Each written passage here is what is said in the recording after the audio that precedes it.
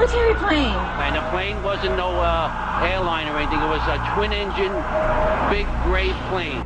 We watched the first explosion. As we're watching the buildings, we saw a black, very large airplane fly right into the second building. It came at it south, right in front of our eyes. It was so surreal, like a movie set. Were you close enough to be able to see any markings on the airplane? It definitely did not look like a commercial plane. I didn't see any windows on the sides. I think a bomb went off in the lobby first, then a plane hit the building. But then another plane hit the other building. But when I was coming through the doors on the other side of the Trade Center, either they blew the lobby up or something, because it blew the glass out of the doors and knocked us all down. You're in the building trying to help people, and it's exploding on your side of the building, so I don't think it could get any worse than this. It wasn't from the jet fuel. No way.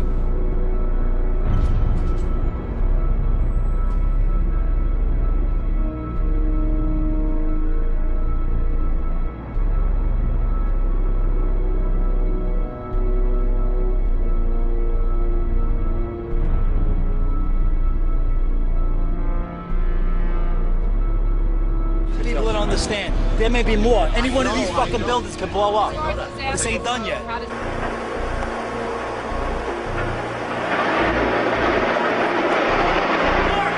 See the firemen assembled here, the police officers, FBI agents. Towers. A huge explosion now. We're getting out all of us.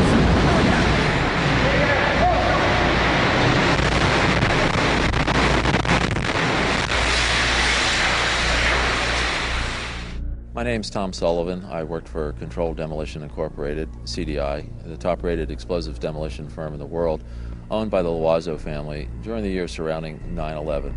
And I worked for them as an explosives loader for 2.5 years. As an explosives loader, my job was to place explosives in the buildings to prepare them for demolition.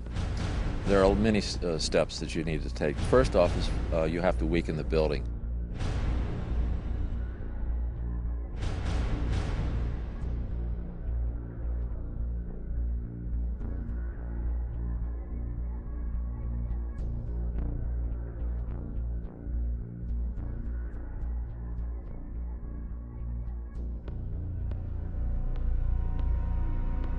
To weaken the building, that means the staircase, all the staircases have to be cut at intervals. The firewalls have to be removed. The elevator shafts have to be cut. I looked down to my right, and the elevators exploded, something out of like a Bruce Willis Die Hard movie. People just come running out of the elevators on fire, fireballed. I mean, it was like, what is going on here? Something's up here. I mean, the plane's up there, now there's fire down here. Then you have to move to the support columns on the particular load floors. And those are cut by a torch for two reasons. First, to weaken them, and also to allow for charges to be placed onto the structure, onto the columns themselves. And that essentially reduces their strength by about 20%. And even with all of that work being done to weaken this building, it still remains safely standing, so we can continue to work in it.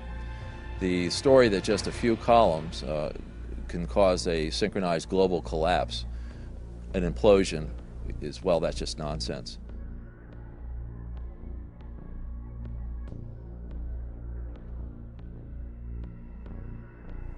I don't see how this could actually happen in real life. When we load a building, we have to have all the support columns on a given load floor fail at the same time, within milliseconds of one another. And therefore, the entire building comes down in a synchronized implosion.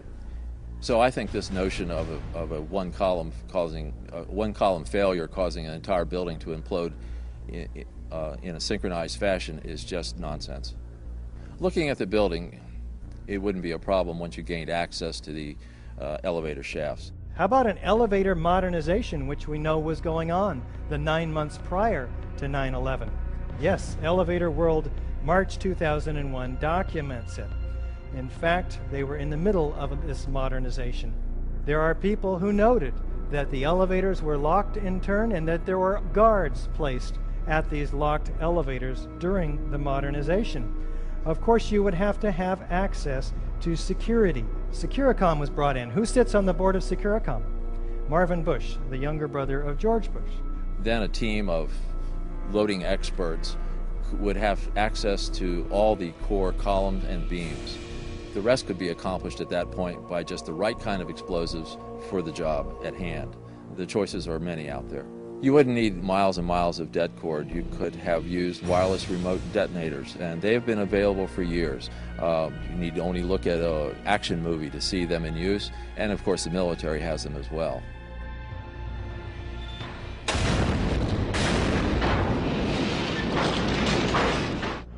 You want to call your mother or something?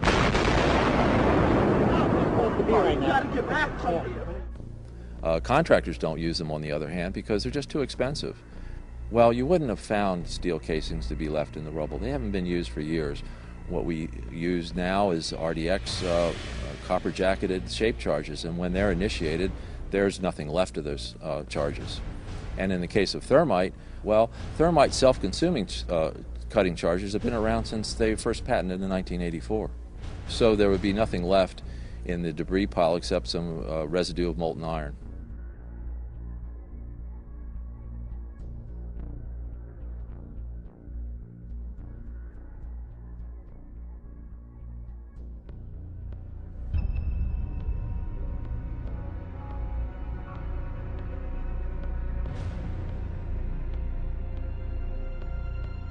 Get down below and you'd see molten steel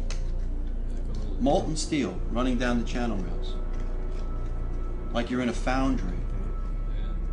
These incredibly hot areas were found at the bottoms of the elevator shafts, down 7 basement levels. The molten steel was found 3, 4, and 5 weeks later when the rubble was being removed. He said that molten steel was also found at World Trade Center 7. The highest temperature was in the east corner of the South Tower, where a temperature of 1,377 degrees Fahrenheit was recorded. The molten steel in the basement was more than double that temperature.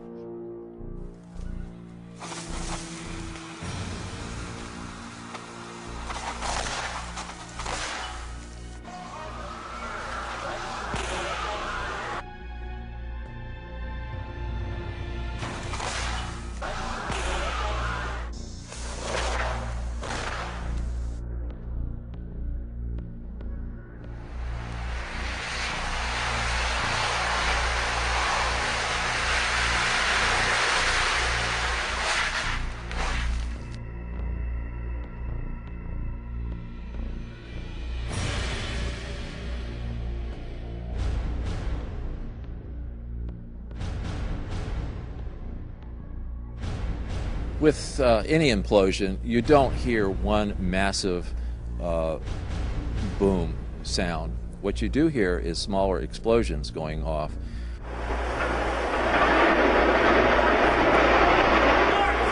Mr. Sunder of NIST has said that you would, if this had been a controlled demolition, you would have heard a large, massive bomb going off. The World Trade Center. You can see the firemen assembled here, the police officers, FBI agents.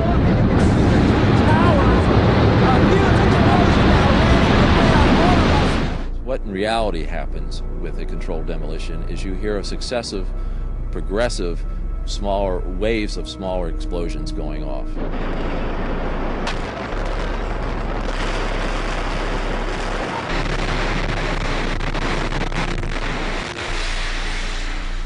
In the case of thermite cutting charges, you would have heard far less noise, since they are worked by thermal heating, melting of the steel, rather than an explosive cutting as in RDX charges.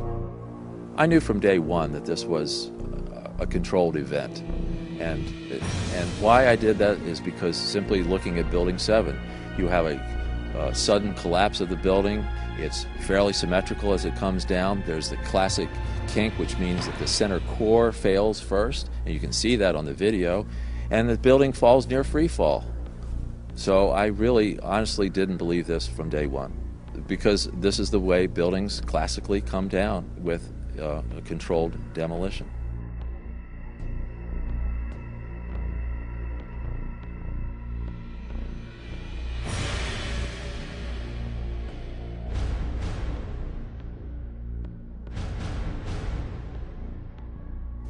This material is not normal thermite. That's the other thing that really needs to be understood. Anybody could make normal thermite. You can get the ingredients, you can mix them together, you can make them. Any kid could basically do it if they knew the recipe. This material is composed of the real key ingredient that I don't think anybody else could really make in a convenient way is the nano aluminum. It's a controlled substance. I could go buy it, but the government limits how much I can buy of it. It's very, very difficult to produce in these sizes and to keep from reacting. It's not something that you just get at the local 5 and dime or you're going to make on your own. It's a very, very difficult to make material. And that's the one thing in there that really tells me specifically that this wasn't some guys working in caves in Afghanistan, or it wasn't you know, somebody in their basement doing this. This was, you know, a massive engineering operation that made these materials. So the military uses it for a number of different applications. Another one, if you do a search on Google for thermite and building demolition, you can find all sorts of wonderful devices that have been fabricated and invented that use thermite for building demolitions.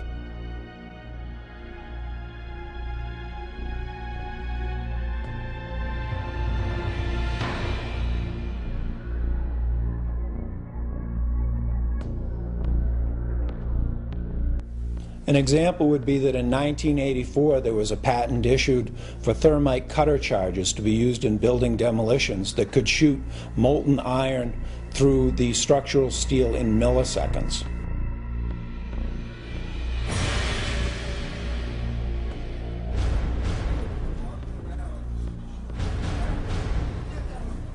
Oh my God! That was a bomb that did that. Oh, fuck! Look at that! That was a fucking bomb that did that. There's no goddamn way that could have happened.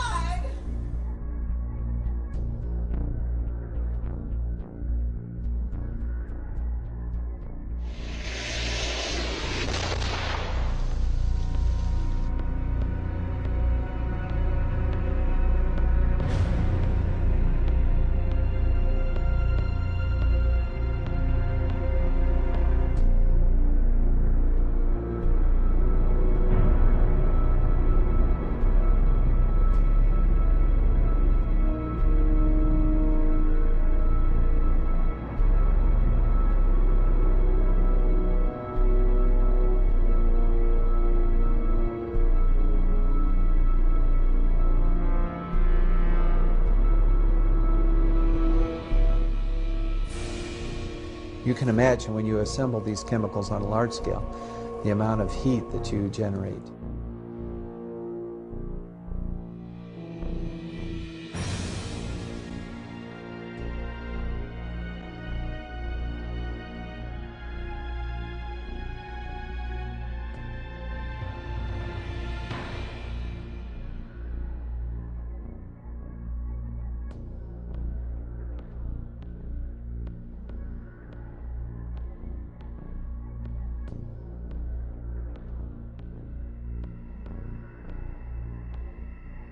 And then, who does Bush appoint?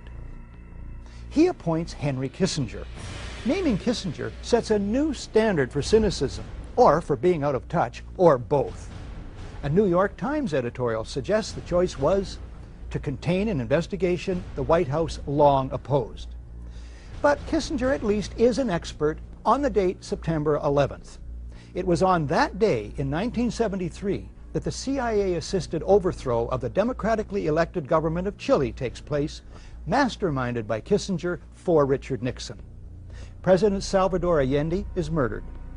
After a universal backlash, Kissinger backs off. Bush then names, it's 431 days now, Thomas Kane and Lee Hamilton as co-chairmen.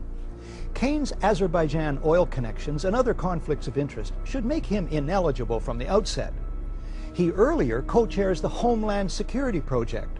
Observers have noted that huge profits are to be made in the surveillance and security industries these days. The White House chooses all the commissioners. Lynn calls them key insiders rife with conflicts of interest. The White House brazenly appoints as the executive director one Dr. Philip Zelikow.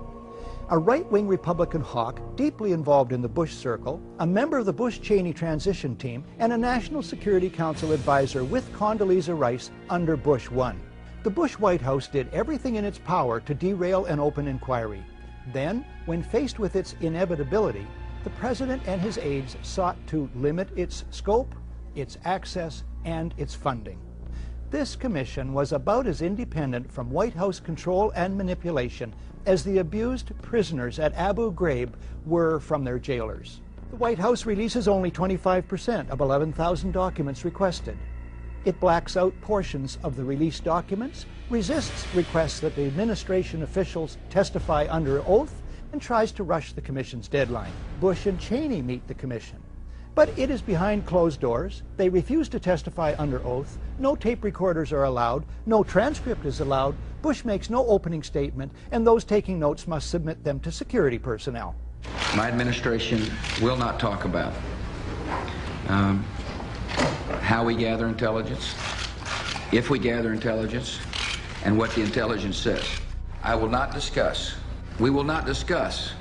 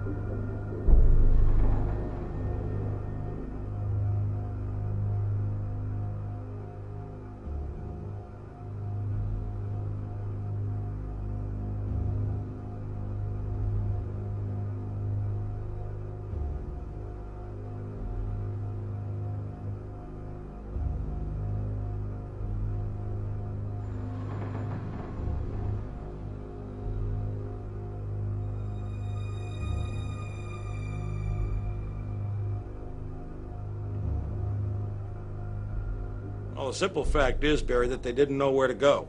The reason that they didn't know where to go was because a number of conflicting and overlapping war game exercises were taking place, one of which, Northern Vigilance, had pulled a significant number of North American fighter aircraft into Canada and Western Alaska and Northern Alaska in a mock Cold War hijack exercise. There was another drill, Vigilant Guardian, which was a hijack exercise, a command post exercise, but it involved the insertion of false radar blips onto radar screens in the Northeast Air Defense Sector. There was another exercise, Vigilant Warrior, which was, in fact, according to a NORAD source, a live-fly hijack drill being conducted at the same time. With only 8 available fighter aircraft, and they have to be dispatched in pairs, they were dealing with as many as 22 possible hijacks on the day of 9/11, and they couldn't separate the war game exercises from the actual hijacks. Hi, Boston Center, Team U. We have a problem here. We have a hijacked aircraft headed towards New York. We need someone to scramble some F-16s or something up there to help us out. Is this real world or exercise? No, this is not an exercise, not a test. But this was done deliberately, though. These war game exercises were apparently very well planned by someone who I will show, I believe, was Dick Cheney in the United States government. to deliberately confuse FAA, NORAD, and U.S. Air Force fighter response to fulfill a prophecy that another man had once said, let one happen and stop the rest. We do not have a clear explanation for why fighters from Andrews Air Force Base were sent out over the sea first and couldn't turn around because the 9/11 Commission seemed to change all the evidence just arbitrarily right before it issued its final report. So we don't have a clear explanation, but certainly it's all consistent with a motive that said make sure that the fighters don't get to any place in time to stop the 3 critical attacks on the World Trade Center and the Pentagon. Do we want to think about scrambling aircraft? Oh, God, I don't know. That's a decision somebody's going to have to make probably in the next 10 minutes. The American government consecrated its version of the events. From then on, any questioning of the official truth would be seen as sacrilege. Lemnitzer and the other chiefs knew there was only one option left that would ensure their war. They would have to trick the American public and world opinion. Lemnitzer comes up with Operation Northwoods. We could blow up a U.S. ship in Guantanamo Bay and blame Cuba. Casualty lists in U.S. newspapers would cause a helpful wave of national indignation. We could develop a communist Cuban terror campaign in the Miami area, in other Florida cities, and even in Washington. Create an exact duplicate for a civil registered aircraft. At a designated time, the duplicate would be loaded with selected passengers, all boarded under carefully prepared aliases. The objective is to provide irrevocable proof that the fault lies with Cuba by manufacturing various pieces of evidence